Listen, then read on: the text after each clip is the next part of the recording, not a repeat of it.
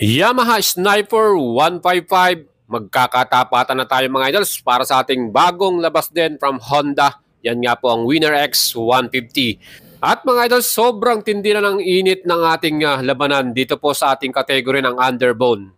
Ang tanong nga natin, ano na bang motor ang magiging number 1? Dahil na rin po sa paglabas ng Honda ng Winner X 150 na to. Mga idols, pagdating sa styling, design, at yung kanyang looks, halos parehong maporma itong ating Sniper at Honda Winner X. Para sa akin mga idols, depende na po yan sa inyo pong paningin. May kanya-kanya tayong taste, may kanya-kanya tayong pananaw. At syempre pagdating po sa features, top level din tong dalawang model na to. Kaya mga idols, para sa akin, napakahirap na pong pumili ngayon. And for sure, lahat ng tropa mo, tinatanong mo, ano ba ang mas pogi para sa kanila at mas magandang bilhin na motor. Mga idols, ito po ang ating full comparison ng dalawang model na to. At siguradong dito sa ating video ay mas makakapili ka na. Dahil iisa-isahin po natin lahat ng specs and features plus kasama na rin po ang presyuhan nitong dalawang model na to.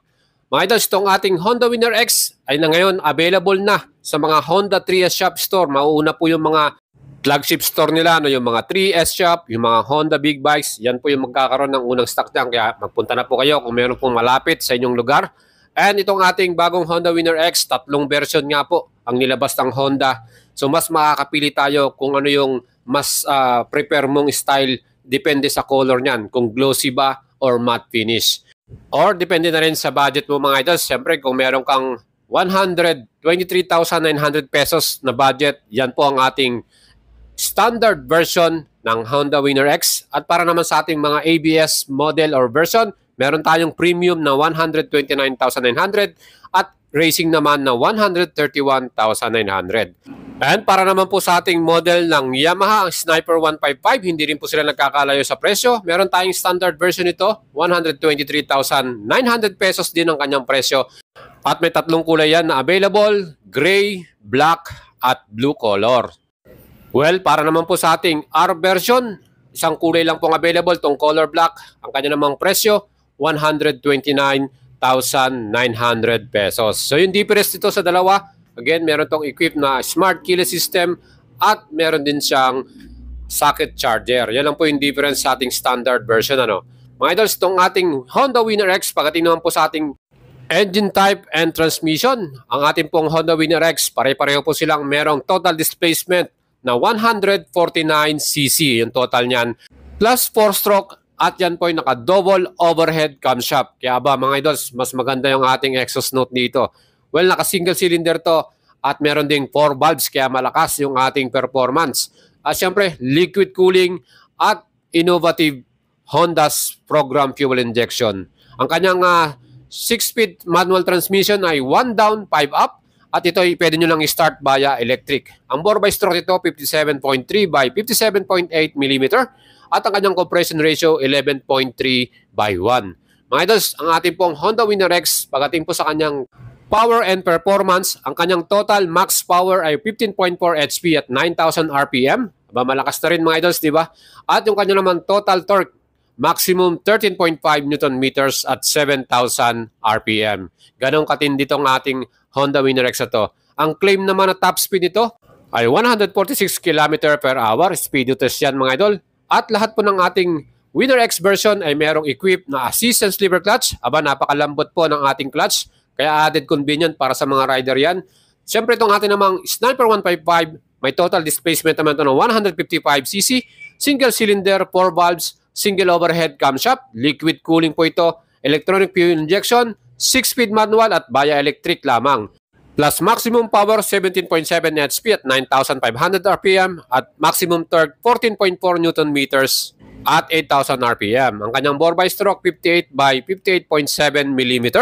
At ito pong ating Sniper 155, ang compression ratio nito 10.5 by 1. Ayan, itong ating Sniper, equipped din po ito ng BBA or Variable Valve Actuation para siyang turbo. Ang top speed naman ito ay 150 km per hour. Plus, equipped din po ang Sniper natin ng assist and sleeper clutch. Perfect yan mga idols, malambot din yung ating clutch dito. At itong ating Honda Winner X naman, pagdating po sa ating chassis, ang ating front suspension, telescopic forks po ito. At yan po ay naka-Showa brand. Pagdating naman po sa ating rear suspension, yan naman po ay monoshock bias swing arm. Again, yung ating handling dito ay talagang perfect mga idols dahil pagdating po sa maneuvering, talagang may enjoy nyo yan. Para naman sa ating Sniper 155, ang ating chassis, front suspension nito, naka-telescopic forks ang kanilang nilagay dito. At yan po, para din sa ating rear suspension, yung ating likuran, ang ating pong nilagay nila dito ay monoshock bias swing arm. Kaya mga idols, pareho lang po yan sa kanilang standard version at R version. Wala pong pagkakaiba. And subok na po ang ating Sniper pagdating po sa comfort at handling. Talagang kahit sa mga racing or banking natin dito ay siguradong mag-enjoy yung ating passenger at yung ating rider para dito. Well, sa stopping power naman, ang ating Honda Winner X, yan po ay naka-wavy disc, 1-piston Nissin caliper, yung kanilang ginamit na brand. And equip po ang ating ABS version ng single channel anti-lock braking system. Para naman sa ating standard, wala po itong equip na ABS. Sa ating likuran naman, pare-pareho po sila ng kanilang equip dito. Wavy disc din, 1-piston Nissin caliper. Walang ABS yan. And para naman sa ating Sniper 155, ang front brake po ng ating standard version, round disc po ito, single piston at walang equip na ABS. Para naman sa ating R version, yan din po yung round disc at 2-piston naman ang kanilang nakalagay na caliper dito. Siyempre wala rin po itong ABS equip. And ang rear brake po ng ating Sniper, pareho po sa standard at R version, round disc din ito, single disc at 1-piston caliper. Parehong walang equip na ABS din yan. And para naman sa wheels ng ating Honda Winner X, naka-alloy mags wheels din ito. At yung ating front tire size, 90/80 by 17 inch, tubeless po ito. At sa likod naman ang sukat, 120/70 by 17 inch, tubeless, kaya less maintenance yan mga idols, maganda, At sa atin naman pong Sniper 155, ang ating wheels din, naka-alloy mag wheels din po ito. Magkaiba sila ng design, At yung ating front tire, 90/80 by 17 inch, tubeless. At ang ginamit na brand nila dyan, Maxxis Tire. And mga idols, para sa comparison ng mag wheels design, ano po ang mas prepare nyong style at mas mapormas para sa inyo? Sniper ba o itong ating bagong Honda Winner X? Para naman sa rear tire ng ating Sniper, 120/70 by 17 inch ang ating size ng gulong. Tubeless din yan, kaya less maintenance at mas maganda para sa atin yan. Siyempre mga idols, itong ating namang wheelbase na sukat, yung dimension ng ating Honda Winner X, 1,278 mm. Yung kanyang sukat dyan. Ground clearance ito, 151 mm. May kataasan din to. At para naman po sa ating total weight ng ating Honda Winner X, 122 kg. Kasama na yung oil and gas dyan. Curb weight na po yan. Sa ating namang Sniper, 155. Ang ating namang dimension at sukat ito, wheelbase, 1,290. Mga idols, mas malaki pala itong ating Sniper 155, At para naman sa ating ground clearance, 150 mm yung kanyang sukat. So mas mataas ng konti yung sa ating Winner. Plus, itong ating total weight naman, ang standard version, 119 kg yung kanyang total weight. R version, 121 kg. So mas magaan po itong ating Sniper 155 kaysa po dito sa ating Winner X. At para naman sa ating upuan mga idols, ang ating Sniper, ang sukat ng seat height ito, 795 mm para po dito sa ating standard at ang ating R version. Well, para po sa ating fuel tank, andyan po sa ilalim ng ating upuan, meron tong fuel capacity na 5.4 liters. Mga idols, mas marami po tayong may kakargang gas dito. At ang fuel consumption naman natin, yung mileage, average lang to 45 km per liter. And malayo-layo na rin po yung mararating natin bago natin maubos yung ating gas para dito sa ating Sniper 155 na yan. Well, parang po sa ating Winner X, syempre naman, ang ating naman po ditong fuel capacity ay 4.5 liters. So medyo lamang po ng 1 liter yung ating Sniper dito. Well, para po dito sa ating fuel consumption naman, dito naman lumamang si Winner, 52.3 km per liter. So mas matipid po pagdating po sa fuel consumption ng ating Winner X. At yung ating seat height dito, 795 mm. So pareho lang po ng seat height ang ating Winner X at Sniper. Wala po silang pagkakaiba. Perfect pa rin yan kahit ako 5'6", flat-footed po ako dito sa ating motor na to. Kaya mga idols, pagdating naman sa ating ignition, ang ating pong Sniper, ang kanyang standard version, naka-ordinary key ignition to with shutter lock. At yung kanamang R version ay meron namang smart keyless system at meron din tong equipped na anti-theft alarm. So, andyan din yung bukasan ng ating upuan. So, ating namang R version, meron tong equipped na socket charger at need pa natin ng adapter dyan bago natin may charge yung ating smartphone para dito. Sa standard naman, wala siyang socket charger para sa ating sniper. And for all version naman po ng Honda, equip po yan ng smart keyless system. Lahat silang version na yan. Meron tong anti-theft alarm at answer back system for security. At ang ABS version lang po ang merong equip na USB charger. Type A socket na yan. So ready to charge yung ating smartphone. Hindi na natin kailangan ng adapter, no? Plus yung ating namang handlebar, syempre relax yung ating riding position dito. At ang switches natin, meron tong integrated na pass switch dun sa ating high and low beam, ano? Para naman sa ating starting switch, yan nga po, wala nga po itong kill switch at wala ding hazard na equip para sa ating Honda Winner X.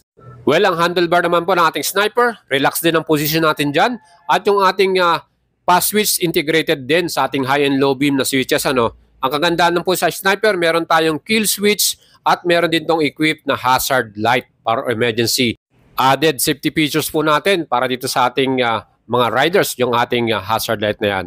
Well, para man po sa ating instrument panel, mga idols, syempre pa, fully digital din ang ating Sniper 155. And visible din dyan yung ating gear indicator, plus yung ating speedometer, fuel gauge, clock, and talagang informative yan. Syempre dito sa ating namang Honda Winner X, fully digital din itong ating instrument panel dito. Kagandahan dyan, colored siya, no? So, i-visible din yung ating gear indicator dito. Speedometer, yung ating RPM, at yung ating clock at fuel gauge. Kaya mga idol, pag ito po, nakita nyo yung kanyang animation, aba okay din pag binuksan nyo. And for additional safety features ng ating Honda Winner X, equipped din po ito ng bank angle sensor. Pag nag-banking ka ng 70 degrees, automatic magsa-shutdown yung ating engine para dito. Security at safety para po din sa ating mga idols yan, yung rider. Well, para naman sa looks at design ng ating front face, nakita naman po kung gaano ka-astig, ka-aggressive yung ating front headlight na to. Yung kanyang daytime running light at lahat po ng ilaw ng ating Honda Winner X ay LED. So lahat po yan from headlight, yung ating daytime running light, yung signal light niya nandyan sa may gilid, at yung ating ding tail light at signal light sa likod. Pare-pareho po silang LED. At dito naman po sa ating Sniper 155R, again, ito po yung ating headlight. Ang kagandahan dito, nasa ibabaw siya. So pag nagta-turn po kayo, kung saan po yung ilaw na daan, dun po nakaturo yan. At para naman po sa ating headlight, yan po ay LED rin. At meron din tayong daytime running light na LED.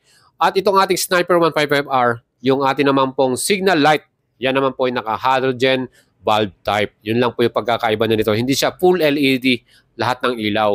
Well, para naman po sa ating likuran na tail light ng ating sniper, yan naman po ay LED, pero yung signal light nga, yan din po ay same na halogen bulb type. And mga idols, mag-comment down kayo sa ating video kung ano po ang mas prepare nyong design ng headlight. Anong mas maporma sa inyo? Mag-leave po kayo ng comment dyan. Para sa presyo natin, ang ABS Racing, SRP 131,900, down payment ito 23,000 at 3 years to pay 6,010 pesos. ABS Premium naman, ang ating SRP 129,900, down payment 22,000 at 36 months 5,959 pesos. Yan po yung ating i-prepare na amount mga idol. Standard version naman 123,900 ang SRP, down payment 20,000, 36 months 5,753 pesos naman. At sa atin namang Sniper 155, yung ating standard version 123,900 ang SRP, down payment 12,400, 36 months 5,894 pesos. At para sa ating R version mga idol, ang kanya namang presyo 129,900 pesos ang kanyang SRP at down payment 13,000, 36 months 6,170 pesos ang ating babayaran para dito sa ating Sniper 155R version. Kaya mga idols, depende na po sa mga kasayan o dealer, ano, iba-iba po ang presyo o range ng mga down payment, ng monthly payment natin, ano, hindi po pare-pareho sa lahat ng kasa, depende po kung ano pong dealer yung pupuntahan ninyo. At kung gusto nyo pong bumili ngayon ng ating Honda Winner X, yan na po ay available at meron na pong mga dineliver sa mga kasa ngayon. And mga idols, sigurado ko makakatulong tong ating feature for today para sa inyo, para makapag-decide anong motor, anong underbone ba ang mas pipiliin mo, anong mas maporma sa'yo, anong mas gusto mo na specs and features, at syempre, ano yung mas prepare mo. Syempre, kayo pong bibili niyan, kayo pong mayroong cash dyan, kayo maglalabas ng inyong pera. Again, dapat po yung decision ninyo ay talagang perfect. Kahit po anong sabihin ng mga tropa ninyo, aba siyempre kayo pa rin po ang makapag-decide sa final niyan. Yan po ang ating feature mga idols. I-share nyo po sa inyong mga kaibigan at sa inyong mga tropa itong ating video. Anong Underbone ba magiging number 1 ngayong taong 2024? Let's see po pagdating po sa ating mga sales at bentahan yan. At syempre sa kalsada makikita na natin napakadami ng gumagamit ng Sniper 155R. Mga idols, syempre huwag niyong kalimutang i-follow ako sa ating FB page. Diyan po nakapost yung ating mga feature for today. At syempre subscribe kayo sa ating YouTube channel. Right po sa inyong lahat. At ciao mga idol!